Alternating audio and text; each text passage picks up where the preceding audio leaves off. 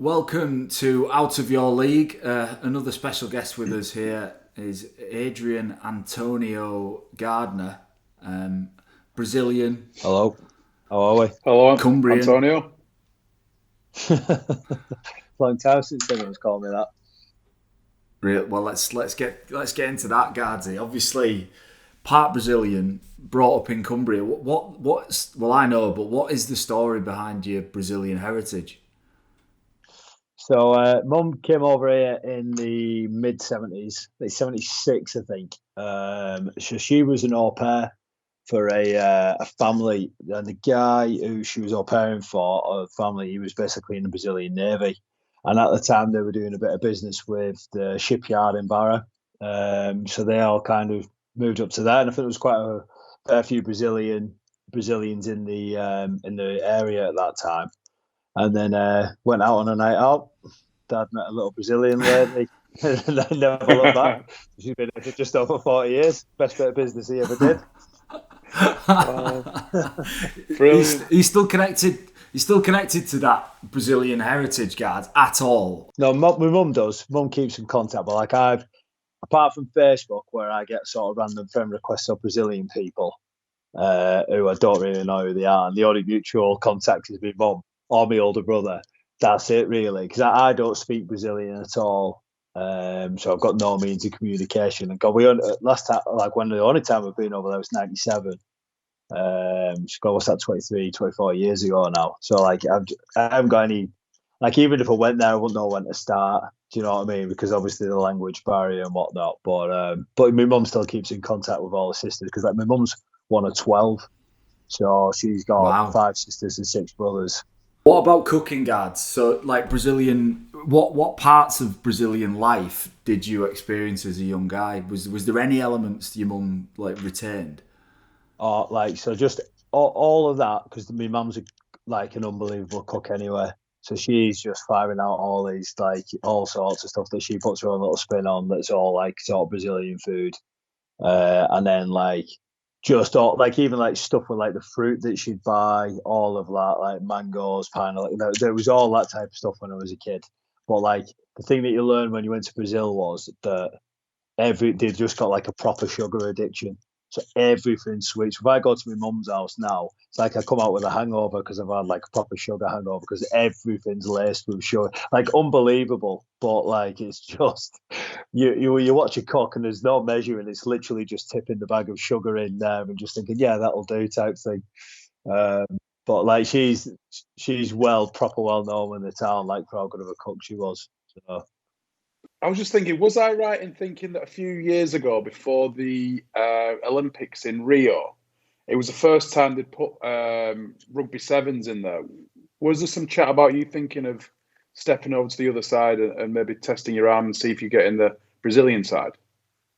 Yeah, sort of. Because obviously it was coming into the Olympics for the first time, so I thought, well, I can have a crack at that. And obviously I was eligible because it was my mum. So it wasn't like, sort of my second uncle who'd been to Brazil once trying to blag it that way. So it was actually a good sort of lineage. What are you saying, guards? Is that what some people are doing? That never happens, does it? No. without naming nations, are you saying something like that? So I thought, yeah, I'll have a crack at this. And then, so I started talking to the coach a little bit. And it was like a Kiwi fella who was doing a lot of development stuff over there at the time, and he was sort of part of the management team. And then I retired. That was 14, and then I retired. And then I just was like, I can't do this. Like, my body was broken, and all that. I was like, and then I just started working at Saints at the time, so I thought, there's no way I'm going to be able to carry this off in the meantime. So it's all by the wayside. But Matthew did. Matthew played for the Sevens team. Like a couple of sevens. Yeah, he did. Yeah. He's got his full. He had to go and get his full on Brazil passport and everything. Because they made that a stipulation. You had to have a Brazilian passport, and then he went and played in like. Do you know they have the sevens like tour comps all over? They were like in Las Vegas and places. And he played Las Vegas. Of them. You remember is Las Vegas. Yeah. That sounds like a really bad gig. That doesn't it? Terrible gig. Yeah. So, go back to Barrow, guards. Sorry, let's go back to Barrow. So you've got a Brazilian, sort of half Brazilian family. You grew up on Walnley, which is a small island, just off Barrow, isn't it? And Barrow, the town, for people who don't know, is British aerospace. Big shipping yard that sort of employs everybody in the area. Take us back, obviously. Talk us through your family and talk us through your life. That early part of your childhood before you really got involved in rugby. Growing up in Barrow, it's just rugby league, and I only ever had it down as rugby league because my dad he played rugby league when he was younger. My uncle's like one of the biggest rugby league fans going. He just knew everything, so he used to go following all the Aussie teams when they come over on tours and stuff. So it was always a proper rugby league town. Walney in particular, Walney Central, that was a big rugby league amateur club in the town. And again, it's one of those towns where there's like, you go in town and there's loads of scrapping and stuff like that anyway, and it's kind of known for like most northern towns. But I always sort of remember all of those amateur clubs having a proper big rivalry. And my older brother played for Roos, which is Roos Pioneers now, because they merged with Holker Pioneers about 20 years ago. But so it was always rugby league, and then my older brother, who's alluded to, he was the man when we was kids. So there's about a 6-year age gap between me and him. So he's the same age as Paul Sculthorpe, and he was like a man at 13. So he just had full on. So imagine me, but at 13, just with a beard and massive thighs, and like could just run through everybody. And he was kind of known as like, who's this kid? And he just used to run over everybody. So like my younger childhood is kind of just remembering my dad and my uncle sort of ferrying him down to like Northwest counties, and he actually played for Waterhead Flash for a spell. Did he? Great club. Yeah, and he played for Rosebridge at the time. So obviously the standard was a lot better down in the Lancashire area, so they were driving him down there to play. And then he signed for Warrington when he was 13 or 14, and then moved down there when he left school. Didn't quite make it, didn't quite kick on for one reason or another, so he ended up back in Barrow. But like for me, really, like I was used to like enjoy rugby and watching rugby. I was never really that bothered about going out and playing it. And it probably wasn't only till I got to about 14 or 15 that I started having a crack, and it, for me, it just snowballed really quickly. Was it good having a role model, Gardsy? Like you speak about your brother then, and you say he was sort of tipped for big success. Like I think when you speak to people about Paul, he was probably, him and Paul Sculthorpe were the two of that era, weren't they, that were tipped to be sort of next sort of level Great Britain sort of players. Was it useful having like a role model like that who'd sort of trodden a path down to the Northwest to play? The reason I asked that is because me and Flash probably didn't have that sort of role model so close to us. We spoke to the Burgess brothers and other people like that, and I'm interested in how much having somebody near you who you're competitive with doing well influenced you. Yeah, definitely. Because there's a bit of an age gap, but not a massive one. I just remember always being it was good because it was far enough away, so it wasn't like 1 or 2 years that I was like under the pump to sort of emulate him. But like, so obviously we went to the same school, so you go to the same school, and then your brother's pictures like up in the walkways you're coming through into the school, and his England schoolboy shirts in a frame there, and I think his year won like the Lancashire Cup, which was kind of unheard of for a team from Barrow. So that was a big thing, and it was like, oh, he probably give you that little bit of, oh, it's doable. It's not like you can't not kick on and play professional. It's because somebody, your brother, he has actually been on there and done it. And then in another way, he's kind of made some mistakes, as young people do as they go and move away, because you're kind of down there by yourself living in digs, and you kind of getting advice that you're learning a little bit on the fly from your brother's mistakes, and then you kind of, your parents and your people are there, they've kind of realised some mistakes he's made, kind of guide you a little bit more through the path, because again, because that's what young people do, innit? You move away and you make errors. So what did that look like, Gardsy? You say you made mistakes. I mean, what did you learn from your brother being hotly tipped to make the grade, and then just sort of coming up short. What was the biggest things you took away? It's easy now actually to like reflect on it and make sense of it, isn't it? Because we're much older, and we've probably made sense of it in the last few years about how you feel about it. What was your takeaways from that? I just had it because, and I find this really hard now because we take lads down from, like at Warrington. So we've got lads from academy. So we'll bring them down from Cumbria, and we'll bring lads from Yorkshire, and they have to move away and they have to live in digs.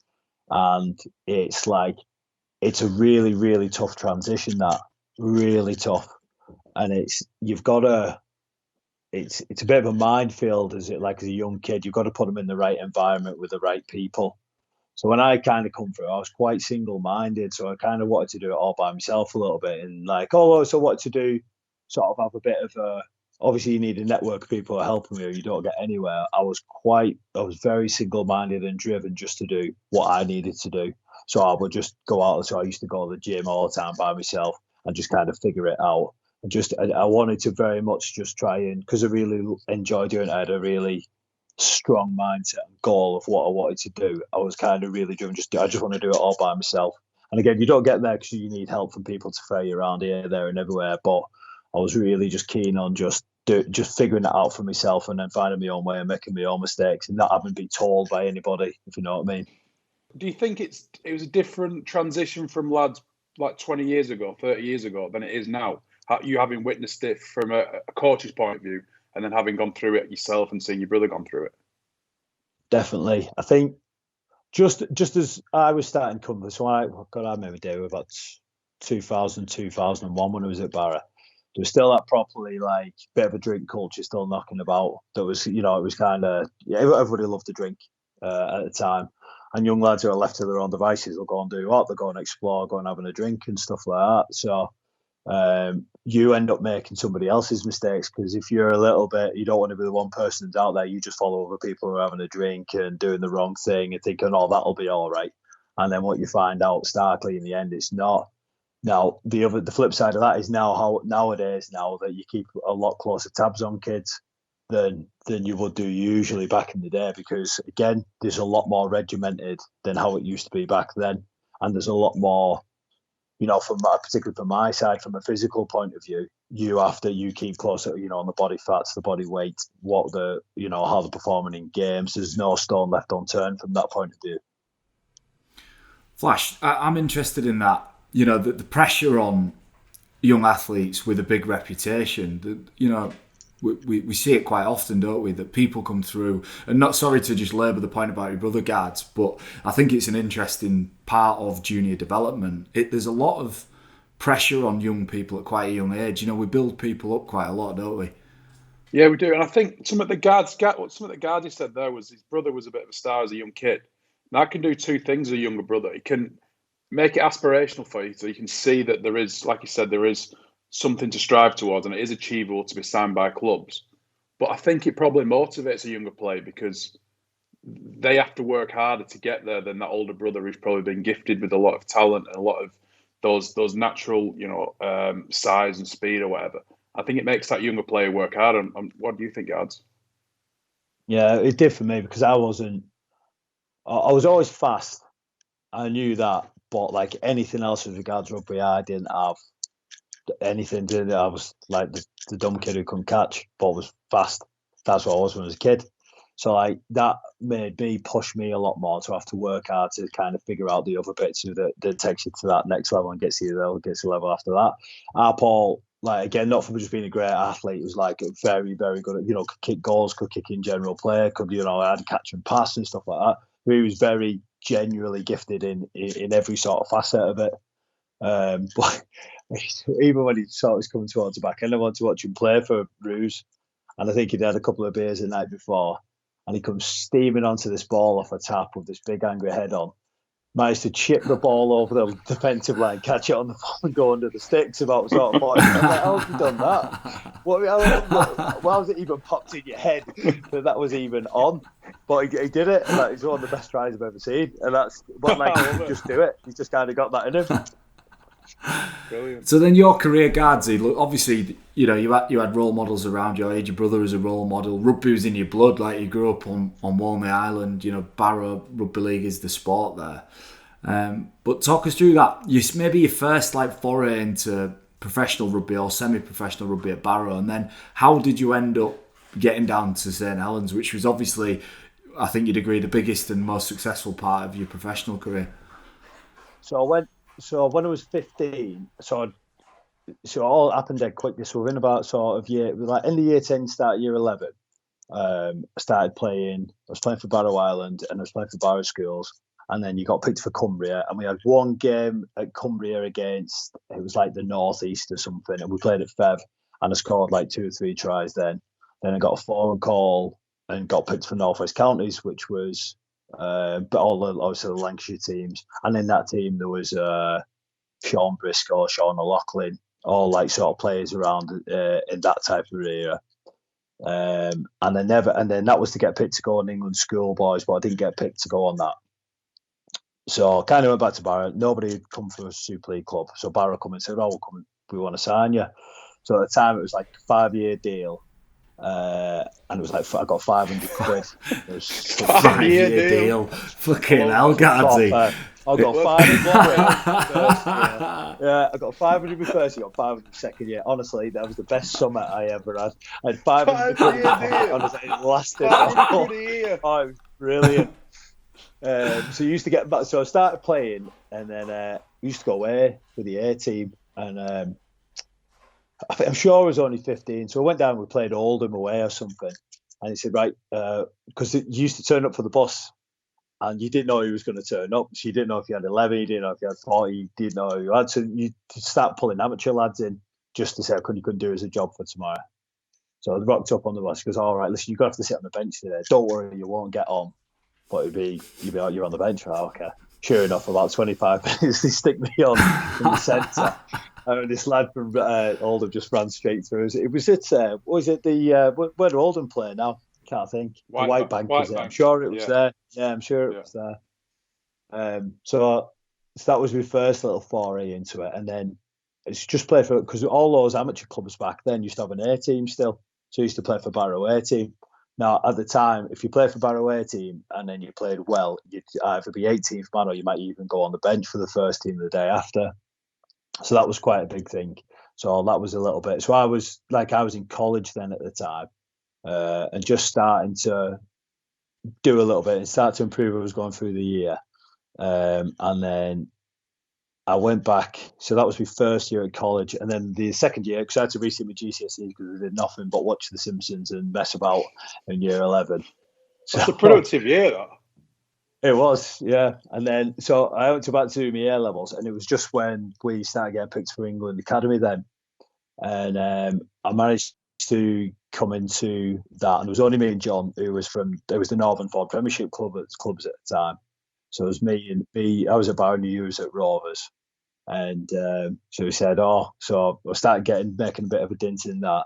And then, so I just thought, right, so if I'm going to do this, I'm going to do it properly. And then short-sightedly now, because I know you could do both easily, but I just quit college and just decided to train full-time. So I had a year between sort of 17 and 18 where I just went to the gym. I used to go down training at the club and do training on the field there and just do all sorts. And so that year I was playing first team for Barrow then. I think I made my debut against. Were you playing that game, Wilco? I don't think you were you?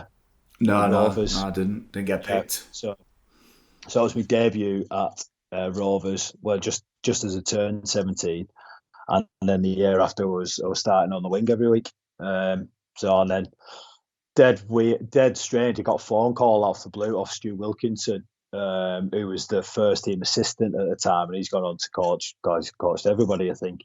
And he said, listen, I've got a phone call, bit of interest of Saints. Ian Millwood's going to give you a call at some stage. And then before you knew it, I was going down there for a bit of a visit and a trial. And then a couple of other clubs started coming in. But then as soon as I went down to Saints, I knew I only wanted to sign there. So that was it, really. So that within the space of about 2.5 years of just sort of messing about, I was signing for Saints.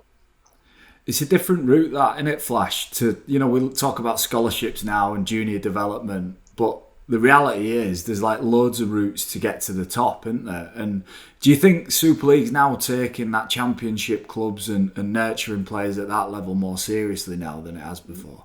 Yeah, I think Saints have probably done it better than most of recently. You think of Alex Walmsley, James Bentley, a few other players like that. But I noticed Ian Miller would also pick you up, didn't he, John? So I think there was a period he probably saw a bit of potential in the lower leagues and thought, if we can get these lads late teens, early 20s, and then we can really, if they've got some potential, really mould them into really good players. But I think coming through the championship route teaches you a few things. I think you get used to playing men's rugby at a younger age, which I think is massive, because for a long time, lads will only play against their own age groups.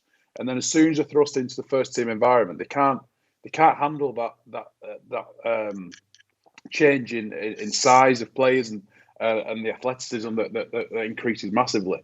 And I think secondly, it gives lads a bit more, it teaches them a bit more grit and a bit more resilience, because they haven't got it all their own way. They've got to work that little bit harder to get to where they want to be. And you guys are probably perfect examples of coming that way. Yeah, I think that there's something huge in exposing young athletes to playing out of their competency levels. Like when me and Ade were young, you're playing against men, and I think the scholarship system has its merits and the academy system has its merits for sure. But you can't replace taking somebody who's good at their own age, putting them into a situation where they're not the best, and then seeing how they react. And that's a tough league. Back then, Guardsy, that was a tough league, wasn't it? It's still tough now, but tough back then. Oh, it was proper ruthless. It was still proper old school. Like for me, being like the fast winger, God, they still used to do like winger in and stuff like that off taps. So you see, like for winger taking the first carry. So I must have been about 80 kilos wet through, and like they just used it was proper ruthless. They just like, I remember playing at Keighley and the other is it Graham Alice, or I can't remember his name, and he was proper horrible. And he must have been like 33 at the time, but like proper mean to me. I was like, but they used to do these ones when I used to see you carrying the ball. Yeah. And he said, "You're not good enough, Garther. You're not good enough." Like, Jesus, but all right. I literally was 17 at the time, but it was good. Like I don't even like now. If I think back, it's like some of the kids now are coming through academy, of course, and that who was 17, and I think you would struggle going in those leagues. But having said that, you have to figure a way how to get through it, because again, you're playing against blokes, so you only ever.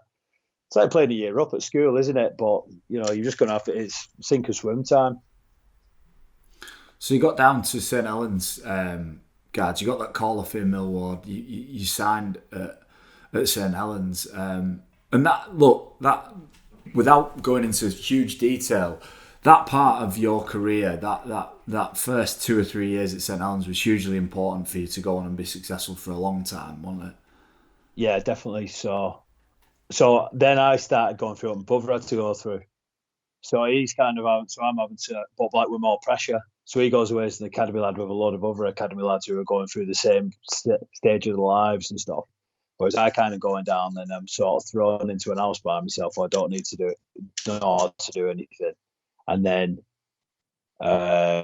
you not only that, but then you're expected to go down for the best team in the country with absolute superstars and legends all over the spot. So that was really tough.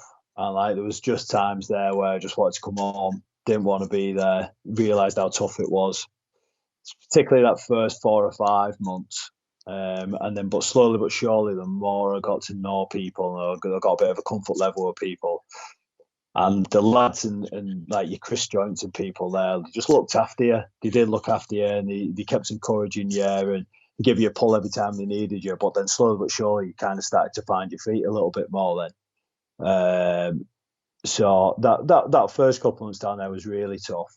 And you do second guess yourself, because there's a lot of lads who've come from Cumbrian towns, gone down to clubs and not made it. So you do think, am I just going to be another one of these statistics here? But thankfully, the environment that I had was exposed to down there with those players who were just championship players and champion blokes as well. They nurtured us through those first couple of years and helped me get a foot in. Yeah, well, I went down. I was sort of on trial, and I went over, and because I knew Ade from from the sort of Great Britain Academy tour. So he said, get to mine, we'll go down to training. So I drove over from Hull at like 5:30 in the morning, got to Guards' at like 8:30. Training sort of started at 9. And it was 10 to 9, and Guards lay on his couch in his Queensland State of Origin shorts and a vest. And I'm like sort of looking at him like, right, so training starts at 9. And the Guards like, nah, the bill's on. So Ade like was obsessed with the bill reruns. So he made us watch the end of the bill before then we ran down to training. So you get the first one, then you segue into the second one, but you sort of miss the last 10 minutes because you've got to get on the walk then to get to training. I'm interested to know what your first impressions of each other were back nearly 20 years ago. What was Wilkin like, Guards, at that stage?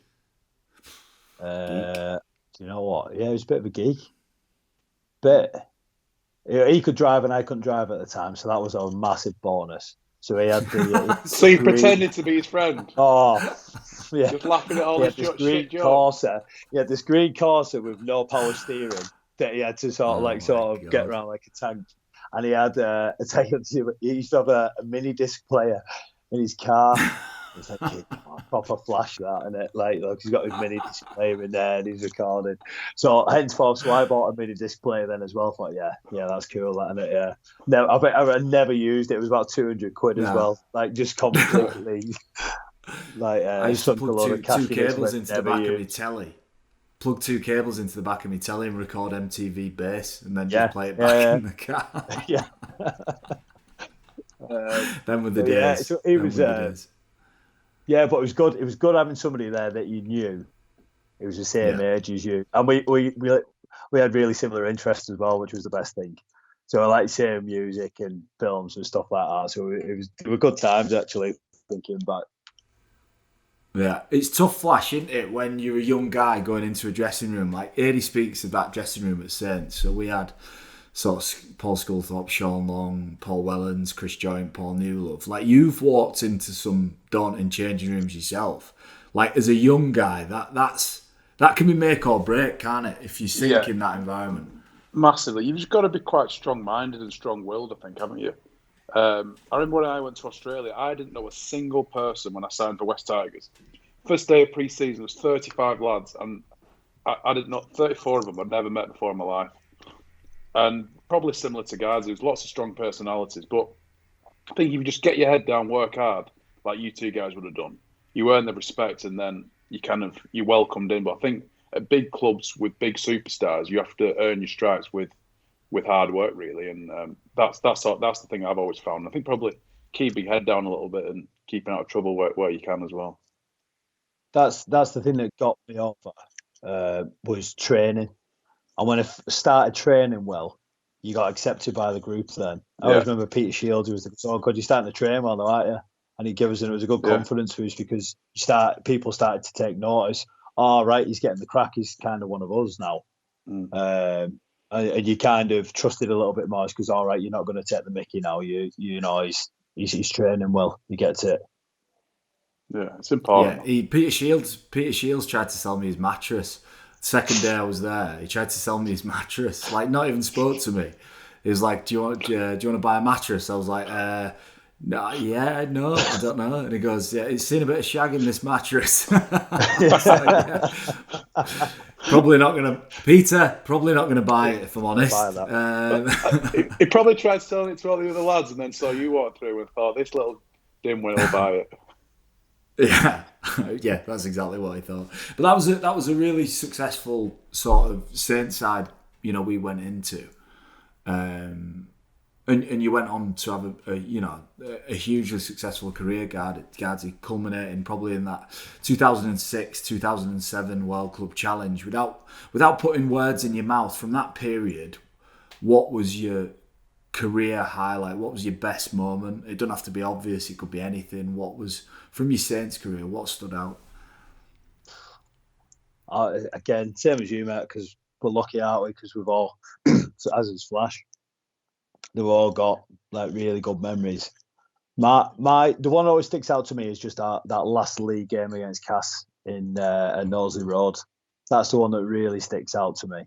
Obviously, we've had those really successful times winning trophies and stuff, but for me, that just being part of that club during that era and being able to play in that stadium, that was being a Saints player for me. That underlined everything. Just that last gasp. It just summed up the culture and the history of the club.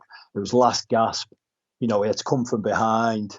It was backs against the wall. There was lads playing who out of position. There's young lads playing who've only played a couple of games, and we've managed to do it. And then Kieran got that try. That for me is they're like my entire what I think being a Saints player or that team is about summed up in 18. Well, I think it was like 4 minutes. We scored a try with like 4 minutes left, and we scored it, and then we scored the winner within that time. So it was that for me that sticks out more than anything. But obviously having the World Cup challenge, that's the one. I think at the time, I don't know why. Bit weird. I'm not sure. I never really ranked it that high, but it's only probably since I retired.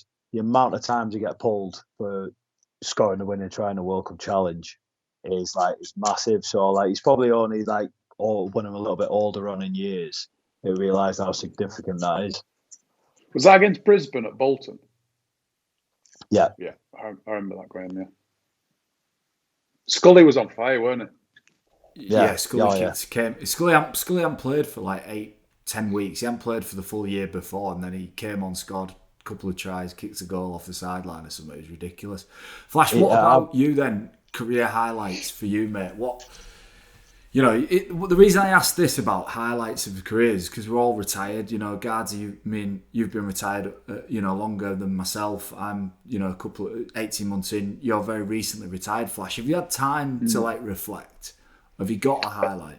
I think I only won the one trophy. That was a grand final in 14, which was obviously special, but that's probably the expected answer. But it's the little things that were my highlights. After we won the grand final, it wasn't walking around with the trophy or being on the pitch. It was probably seeing my family afterwards and seeing how proud they were and seeing how much joy I'd given them. That was massive. And then I think lot of victories along the way were brilliant. I remember we beat Catalan at Salford in 2019 away, and we beat them by about 40. And I remember saying after the game, I said, "Boys, you'll never beat this side by that much ever again. So enjoy it." And I think it was the win and then enjoying the night out with the lads afterwards and the whole package, the next day on the coach. It's some of the little things as well that I appreciate most playing.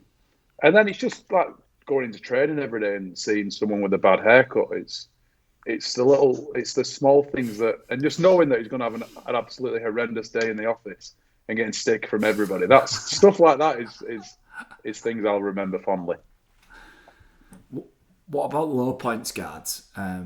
Because inevitably in sport, time, everything comes to an end, doesn't it? And all careers come to an end, all good runs come to an end. And, if we talk about high points then, can you sort of vividly run us through the toughest moment of your career? Or what, if you know what that moment was?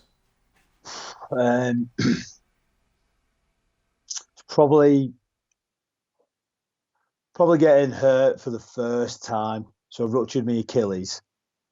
And then being proper gutted. That was the worst because I had 6 months left on my deal. There'd been sort of a bit of talk about me leaving at the time. And I'd not had a new deal sorted out. And it was kind of that bit of a realisation that, oh God, this is probably it now. So you knew me Achilles, it was completely ruptured. And then thankfully for me, I'd done enough during that time that the club re-signed me, which was good. Then the year what after, year was that, on Easter... Sorry. That was 11. Then in 12, was it your first year, 12, Flash? Yeah, my first year was 12, I think it was that, yeah. 12. I did my knee. I was probably playing the best rugby of my career. I was really enjoying myself. And then on Easter Monday, I did my PCL, MCL, just ripped my knee to bits. And it probably wasn't then, but it was the months after that kind of, and again, you've had these injuries, Flash, where you kind of realise that you're not going to be the same again here. It's not going to get much better. No matter what I do, it's going to and it's a bit frustrating that you know it's kind of coming to an end. As a winger, you rely so much on your speed and your agility. An injury like a bad knee injury or your Achilles can really affect. I was only a plodder, so I could never get any faster. I probably got marginally slower, but no one ever noticed. But for you, you relied heavily on that athleticism, didn't you? Yeah, it was. I worked really hard in my rehab, and my Achilles rehab went like a dream, and I come back really quick from that. And then it was just at that time there where I start getting injuries, and it's like, and then when you get your knee drained every 6 weeks, and then they're pumping osteodyl injections in your knee so you can get through the week, you start to realise it's going to be tough, this. And then towards the back end, then there was two really big concussions, and again that was that. Oh God, and then you realise that, because oddly enough, I started because the way that I played and the way I used to carry the ball, I used to get that kind of whiplash type, and I started getting a little bit concerned because I was always getting, you get those little dings all the time, and then sure enough, I had one on Easter Good Friday at Wigan, bounced my head off the floor.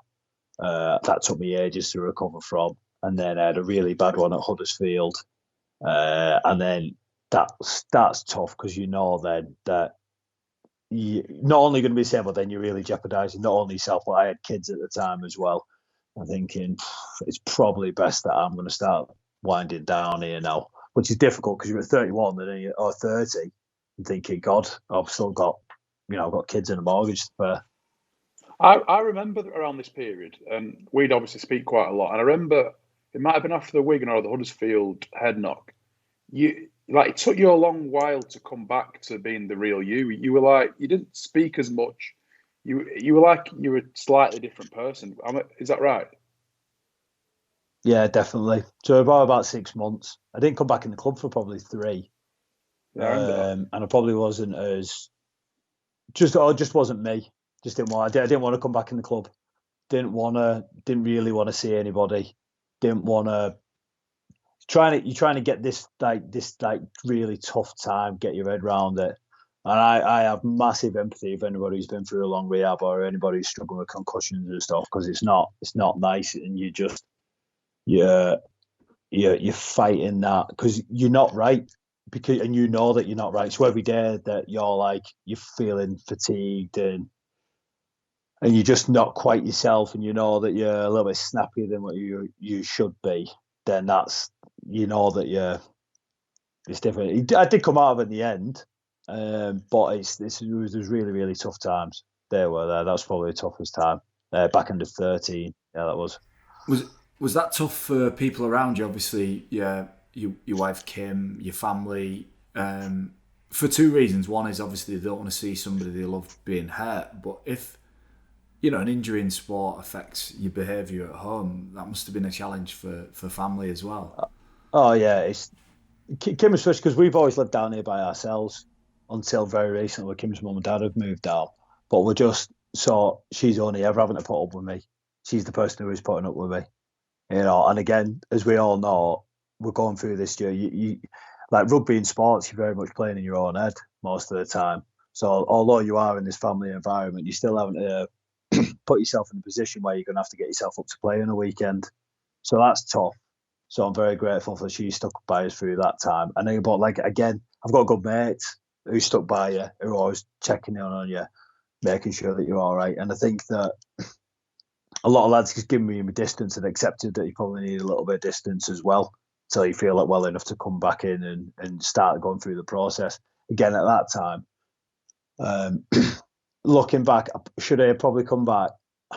Yeah and no, because I had that year at Rovers, which I really enjoyed, and it was a good eye-opener for me moving forward, but I had another 2 or 3 concussions there, and the last time I played, I got knocked out just off a really innocuous carry off, and Gaz Ellis hit me, pearler of a shot, not that I've not had before, ran back to my wig, and I can't see out my right eye, and I'm like, that was it. So I walked off the field there at half-time and realised it was done then.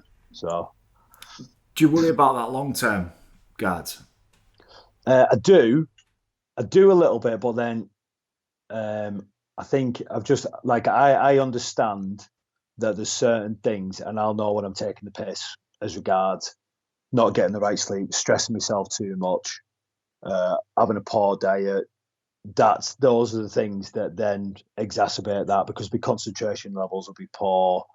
Do you know, like little bits like that? But and then if I don't exercise, that's a massive one. If I don't exercise, I don't feel like nothing works well. Nothing works as good as it should do. So I try and make sure I keep on top of that now. And then, so I don't worry as much, but then it's kind of always in the back of your head that it's like, God, it's something, when you're in later on in years, you're going to end up struggling. So, but I wouldn't swap. I'll be honest with you. I wouldn't swap. I kind of knew that going in, and I played the game a certain way, and I'm happy I played the game a certain way. So I won't swap it. It's just, that those the consequences going in. It's just is what it is. Yeah.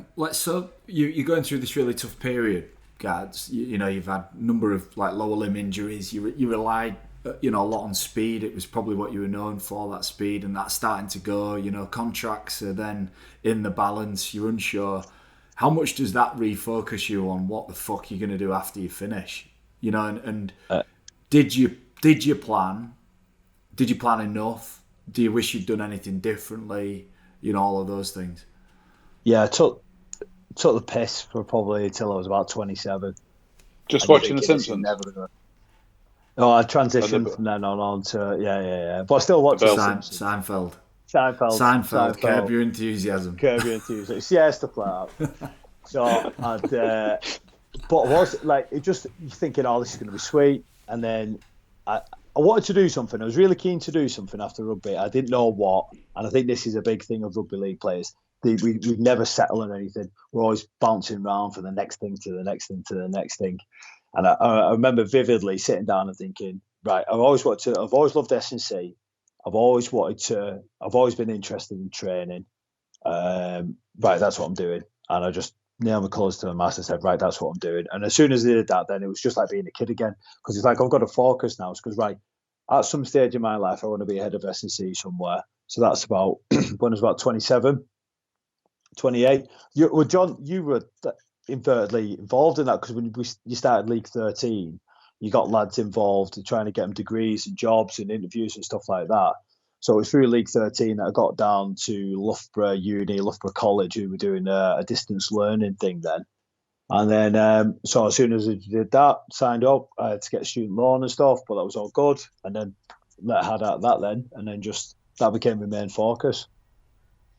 Did you enjoy getting back to learning, guards? Because I know one thing that intimidates a lot of sports people, and particularly rugby league players who are not necessarily academic anyway, is I think as ex-sports people have got a fear of walking in somewhere and people thinking they're a fraud or not feeling comfortable there. But how did you get back into learning, having had, because you packed in your college halfway through, so you may be, 20 odd years or 10, 12 years since you've been in a classroom. How intimidating was that? I loved it. It wasn't. So I really despite it, but I actually really like learning, and I've always watched stuff, and I've always tried and studied stuff. So just having to figure that out was class. I really enjoyed it, but it was a subject I was passionate about anyway. So I was sort of like trying to find the answer to everything. But again, you're right, because the worst thing in a rugby league team is to be trying to you don't want to put your head above the parapet in case you make yourself look like a fool and everyone laughs. That's what it is, isn't it? Hence the bad haircut. You don't even want to go in. You just want to get a nice, steady, middle of the road haircut. It's like being in year 10, year 11 at school. You just don't want to be the kid who sticks out. That is. So, but I loved it. And it was tough because start just in and around that time when concussions were starting as well. So I missed a couple of deadlines during that time, and but then got back on the horse and ended up with a 2-1. And then I went straight and did my master's degree straight after that as well, because I wanted to just continue it. I didn't want to have a break. I wanted to continue and make sure that I went straight through and did that then. You're always very inquisitive during your career in terms of S&C as well, weren't you, guards? I remember you do your own warm-ups. You'd always have the hurdles and the ladders out on the field. You'd always be... that fucking American football warm-up he used to do. Yeah, I know. Where he's like a lamb. And everyone else in the team used to wear rugby boots, and then guards, he'd have American football cleats football boots. But they used to cost me a fortune as well. I used to sometimes hide them as well, you know. Yeah, you did. Yeah. I knew it was you. It was either you or.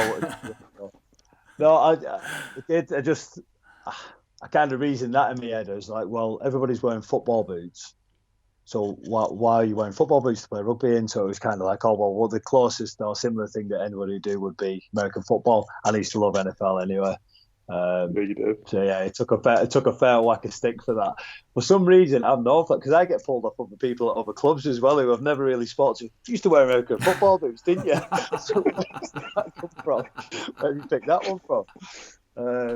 Yeah, so you just like little stuff like that. But yeah, I was always just been really passionate about doing it, and then I got my first gig then. That was working at Sedgley Park Rugby Union. So I used to go there on a Tuesday, Thursday night, and then used to go to games on a Saturday.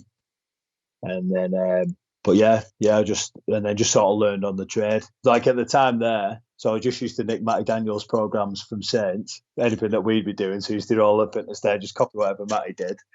And then slowly but surely, as you're going through, you start to, okay, open up, and then you kind of put your own sort of spin on everything then. So you've just put the Warrington logo on Matty Daniels' training program? Yeah, basically, yeah. Well, Sedgley Park anyway, yeah. So YouTube's good as well. Fair, it's not a bad program though, is it? Still doing all right, yeah. Yeah, so Flash, it's important actually for people who are going to transition out of something to set a goal. So Guardsy said at 27, he went, right, I want to be head S&C at a club. Like, it's important to put that out there, isn't it? To set a goal like that, you know, rather than I think that's why we bounce around, why people bounce around, isn't it? Because they haven't got a fixed end point to what they're doing.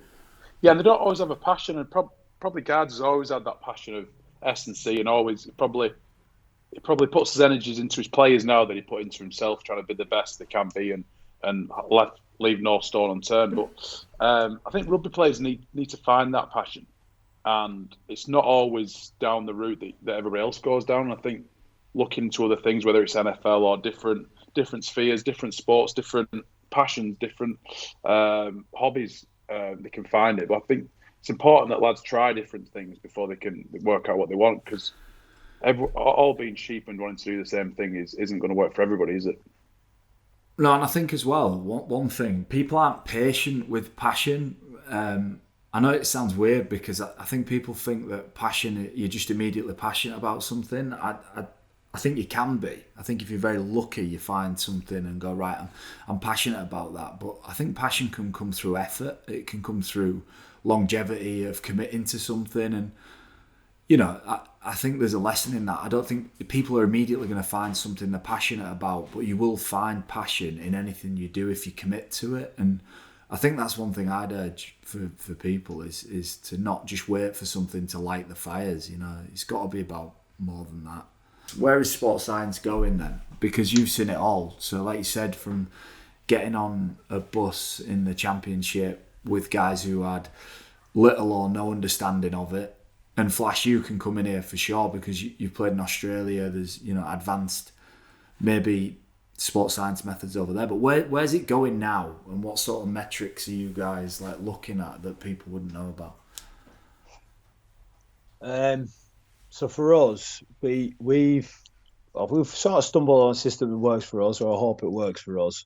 We'll just try and mix like what modern technology might give us, you know, for readings wise, GPS, BBT training in the gym and stuff. But we'll just try and it's about working hard first and foremost. And it does, like, my biggest thing, there's like loads of people who bounce around trying to get these programs online, and, you know, don't lose weight and I'm not getting any bigger. It's like, well, have you actually just had a massive dig at doing your program?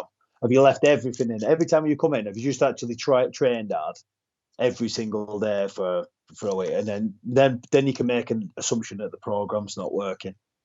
So everything we just try and do is just be guided around that, because if you don't have that philosophy of just training hard consistently, then you're never going to get any better anyway. So that sort of overrides everything. But from the sports science side, the GPS is always telling us how hard someone's going, and we've got a massive catalogue of how hard you are, how hard you're training, how hard you did train in this drill, why you off. and trying to piece together the perfect times. And again, because all clubs are different, so like our Warrington players are different Saints, are different from Wigan. So it's like how long and how hard you can maintain an intensity for. And I think that's the big thing that we've steered our program towards. Because again, as we all know, when you're playing in those games, they are the most intense games. So if you don't practice being at that max intensity all the time, then you're not going to be able to compete and execute when you need to when it matters. And I think that's the big thing, is trying to mesh not just being a great athlete, but you've got to be a good rugby player as well, first and foremost. If you're really good at rugby, but you're not necessarily fit as well, I'd rather have that guy who's a really good rugby player. So it's trying to marry the two together that gives a little bit more context of why you can do your job on the field better. It's interesting that's how you sort of see it, guards. You know, if I look at maybe your career, you were maybe more of the athletic side to the rugby side. Is how you were influenced, maybe how you feel about the guys that you're working with. Yeah, it does. But then I have a massive appreciation for people like you, but you two in particular. Scully's your longest. Like I said, my game was completely based on athleticism. So the way I look back at my career was, my job was almost a little bit of cannon fodder. My job is, you've got to run the ball as hard as you can and get a quick play of the ball. That's it. That was all my game was predicated about. Do that 20 times a game. If you can do that, you give time for Kieran to get the ball off the deck, who gives you time to hit one of your lines that you used to hit. We give you, Flash, a bit more time when you're digging into the line and you're playing the ball out the back. That's where it comes. But you need that. Like, I was trying to, like, every time we do a squat, that's why it's got to be. You've got to be able to max out, because I need you to excel as hard as you can, because you've got to get a quick rock. That's the reason why. That's why I was trying to put something in there and then give an example of why we are doing this and why this is so important.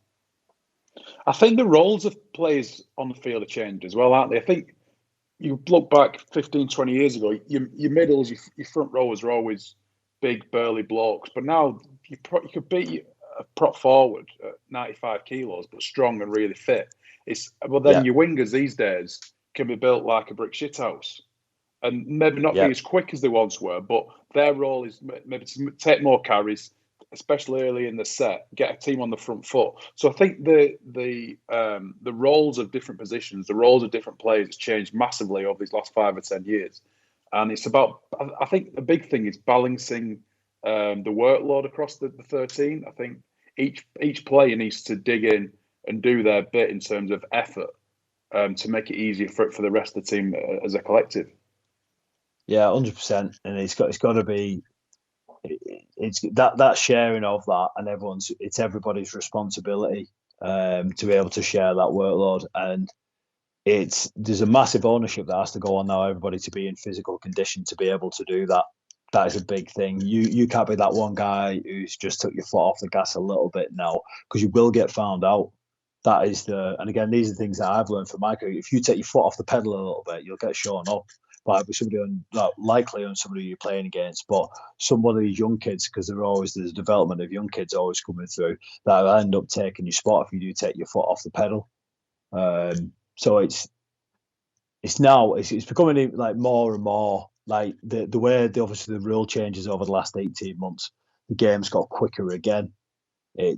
And that skill component under fatigue, that's absolutely huge. You've got to be able to execute, and like the game is all very simple. It's 2v1s, 3v2s. Don't miss any tackles. But then we've just put that in fast forward a little bit more now. We just bumped it up again. You've got to do it quicker. We've got less interchanges now, so it's a very simple game. But it's like I say, we're playing it in fast forward now. Do you develop athletes to play a game, or does the game dictate how you develop the athletes, Guardsy? Are you ahead of the game, or does the game dictate to you what you need to condition your athletes like?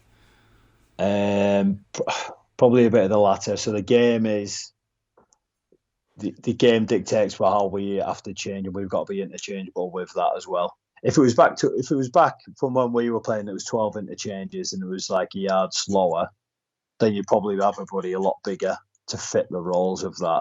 of how that would look. But the way it is now, I'm a bit on the side of I'd rather people be lighter and leaner and faster to be able to cope with the demands of the, particularly in the middle as well. You're always going to get those people who are massive, can carry 112, 115 kilos and play the minutes, but they are few and far between. Like rocking horse shit, aren't they? They are now. Yeah. Yeah. I was lucky enough to be in that England setup, and Mikhail Aletsky's in there. Jesus. But you see, like, somebody who's as big as a big man, about leg speed, quick, good engine as well. Yeah. But again, there's not too many of them who are knocking about anymore. And the thing is, you said that his leg speed and quick, and that's the same with Alex Walmsley. You can get away with being that big if you've got really good leg speed. Now you have players like Luke Yates, who I played with at Salford, and he's playing a lot of front row at Huddersfield, and he's less than 95 kilos, but he's strong, he's really quick, and he's fit, and I think that's the modern middle forward will be that kind of body shape and just gets through a ton of work. Is the game, in your opinion, Eddie, more entertaining now with like the homogenous athlete that we see, or was it more entertaining, when we had those bigger players, or the bigger, more powerful guys? I'm biased, but like I'd say it was a bit more entertaining. A couple of, but similar to earlier times. So I saw that early 2000s, mid 2000s. That time I see the game was more entertaining then. What about you, Flash? I'll be biased and say the last 10 years. I think they're different. I think as we probably understand how the dynamics of the game flows, you can appreciate it for different reasons. So I can't really comment. I just can see them as very different sports really these days. How about you, John? No, I think that if I watch the NRL and I watch the speed and how explosive they are and some of the tries that have been scored in the NRL, I think it's undeniably more entertaining. And I didn't ask the question because I maybe had skin in the game and I believed that bigger athletes made it more entertaining. I just find it interesting that the shape of people is shrinking. Where there's less remarkably sized athletes, in our game now, and it's just the trend, isn't it? The game keeps speeding up, it keeps getting quicker, and as a result, Adi, you have to develop programs to adapt to that. Yeah, and like I think the bigger thing for us is obviously you need to be able to compete, but then there's that injury aspect as well. If we don't expose the lads to the speeds and of the game, of how it's going to be and who you're going to be playing against, you're going to find yourself with injuries. You're going to have a massive injury board as well. So that's the other big thing of why you have to almost adapt with the game, because if you don't, then you're always going to find your injury list is going to be massive. How tough has that been this last probably 15, 16 months with COVID, having to keep lads fit when they've been away, and then when you've had a fixture backlog and you're playing 3 or 4 games in 15, 16 days? As a conditioner, how tough has that been? Yeah, tough.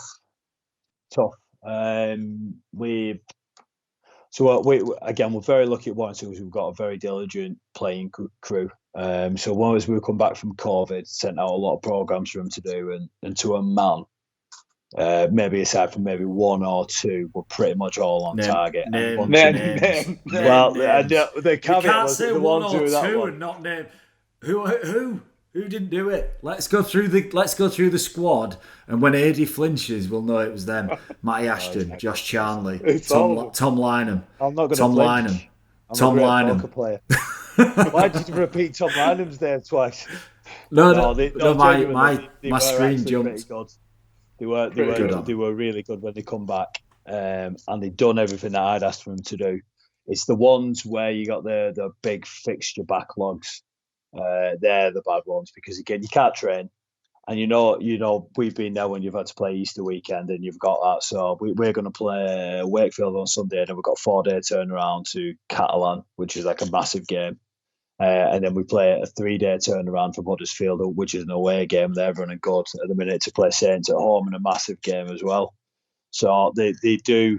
It's that management of fatigue, and what recovery measures can you do? Well, realistically, the only proper recovery measure you can do is rest. Don't do anything, let your body accommodate, but you haven't got that luxury because you're going to have to play 2 days after. So it's a bit of a minefield, and nobody's got the right or wrong answer. You can have your Normatex out, ice baths, all this stuff. However, you're still not going to be 100% going into the next game. You just kind of keep your fingers crossed that the conditioning work and the strength work that you've done previously sticks, and the lads manage to keep up with the speed and the intensity, and the bodies don't break down. I think Warrington are quite lucky as well, because you've got quite a large squad with quite a bit of depth and some young good kids coming through. So it's quite a good opportunity for those lads to get an opportunity, get a chance in the first team, isn't it? Yeah, definitely, and they're crying out for an opportunity to play first team as well. Again, it's difficult when you've got the standard and the quality of the players that we've got at Warrington for them to come in and get a chance. They're going to have to be patient. But what I like to think that we do well is train them boys hard and keep them fresh and keep them ready to go. So when they do come in, invariably they usually come in and perform really well for us. People like Ellis Longstaff, Connor Wrench, Josh Bewlis, lads of that ilk, they've come into the first team and performed really well. Eddie, I was just wondering, this an interesting thing for me is the pull on coaches and sports scientists and sort of experts from rugby league into rugby union to Australia. Do you think there's a talent drain in rugby league, or not? As coaches or staff or players or coaching staff. The reason I ask is somebody you're familiar with, Mark, is Martin Gleeson. Spend 20 years, maybe 25 years in rugby league. I scribbled down maybe 1.5 million to 2 million quid's worth of investment in that guy, and then retrains himself as a coach and is now coaching in the England setup in rugby union. And that, for me, it takes 10, 15 years to replace somebody like that. So what do you think about that, Flash? In the case of Martin Gleeson, from when I played with him at Wigan 12 years ago. And even though he was an instinctive rugby player, he was always very knowledgeable about the game, and he understood how teams brought the defence down and all that kind of stuff. And then when I went to work with him at Salford, he was without doubt the smartest coach I've worked with. And I've been lucky enough to work with Tim Sheens and Nathan Brown and Ian Watson, a few others. But he was so intelligent in how we saw the detail of the game. And as I worked with him, I could see how much time and effort he put into his craft, really. And then I was confident that when he went to rugby union, he's done about 18 months at Wasps.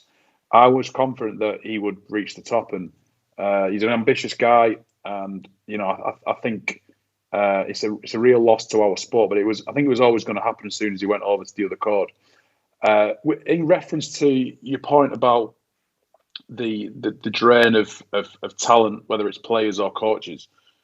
Unfortunately, I think that's just the position we're in as rugby league in this country. I think the NRL and rugby union have kind of grown a lot more than our sport in the last period of time, and unfortunately, it's a bigger stage and a little bit more money over there. Yeah, I think one thing that frustrates me is, let's say, for example, coach like you, Eddie, you're like incredibly rare. So you've played the game at the top level, you've re-educated yourself, you've become very good at what you do professionally, but with the benefit of 15 years of professional knowledge of playing the sport as well. So for me, it's a concern that we could lose somebody like yourself to Australia, to rugby union, and not acknowledge the actual loss, which is 15, 20 years of development, maybe a couple of million quids. What I'm talking about is from your junior days to the end of your career, the game's invested in you. Now, in any other walk of life, if we'd invested maybe, that amount of money in one thing, you wouldn't let it slip away so easily. But there is a big trend of coaches, and sports scientists and all of that talent behind the scenes being attracted by the codes and other competitions, isn't there? Yeah, it's that I think all rugby lads and more sports people, we're all ambitious, aren't we? And like I do this because I'm ambitious because I want to do really well, and I'm very lucky that I've been able to achieve my goal, particularly at a big club like Warrington.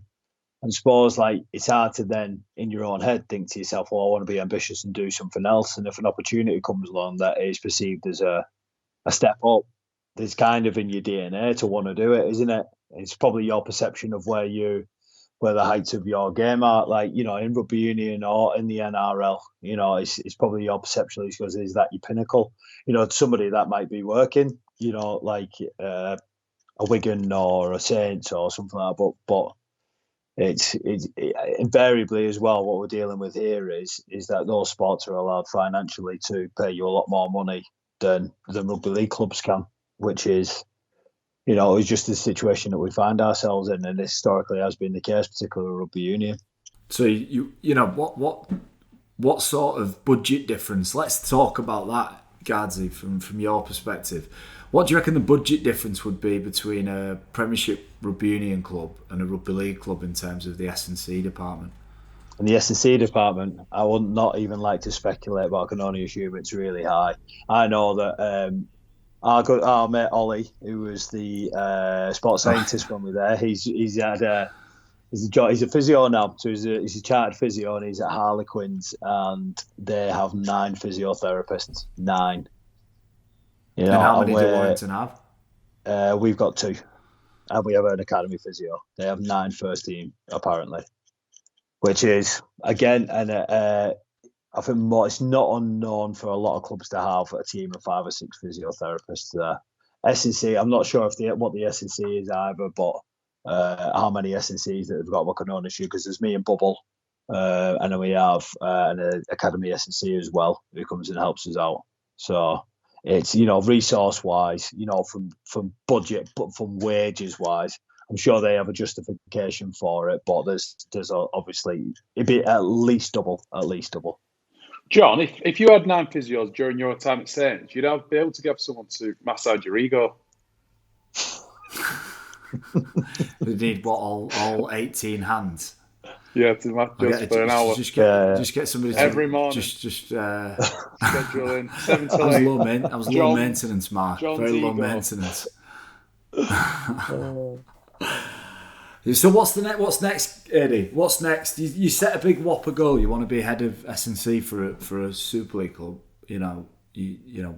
What's your next challenge? Like, because you've set challenges. Like, as a young guy from Barrow, to challenge yourself to go and play in Super League, but then to be successful in your career, then to set another goal. Like, for me, it feels like there's another goal out there that you need to set, or that could be the next part of your life.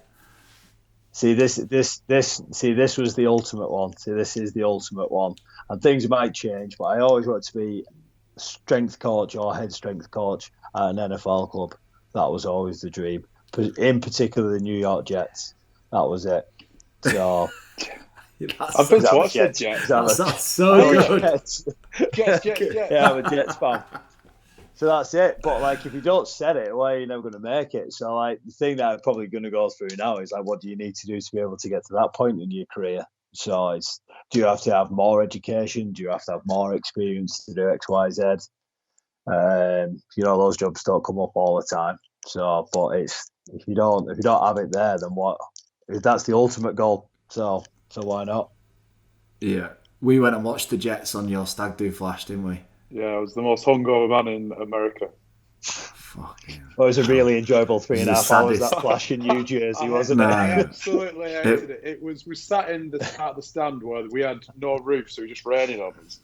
And I was just sat there watching it. It was a terrible game. And I just, every couple of minutes, just be sick on the side and then carry on watching it. Yeah. What were you wearing? Did you dress you up in anything? I was dressed as Austin Powers the night previous.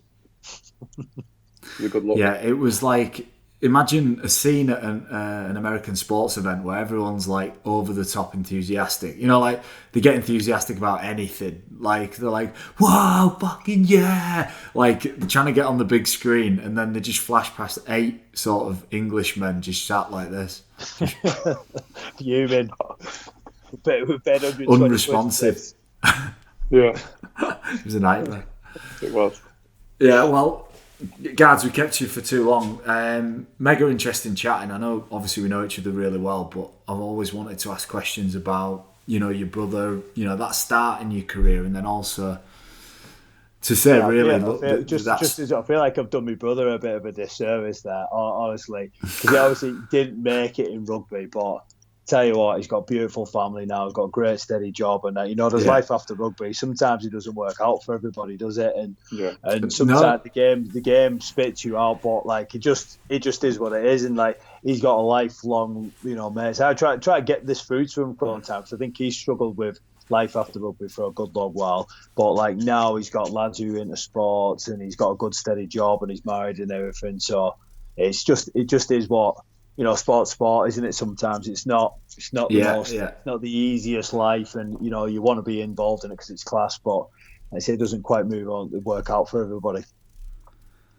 It's one of them where also it's not wrong not to want to pursue it either. As soon as somebody gets into a career in sport, there's so much pressure to then follow it, and for somebody like yourself who it's worked out for, there's 50, 60, 100 other people who it's just not for them, and that's not wrong either. But as I said, we took a lot of your time. Thanks for coming on, Ade Gardner, there with a really interesting story. Cheers, gents. Enjoyed that. Yes, Adrian Antonio Gardner. Sorry. That was Adrian Antonio Gardner. You can download this and all of the podcasts from iTunes or wherever you get your podcasts from. Thank you very much.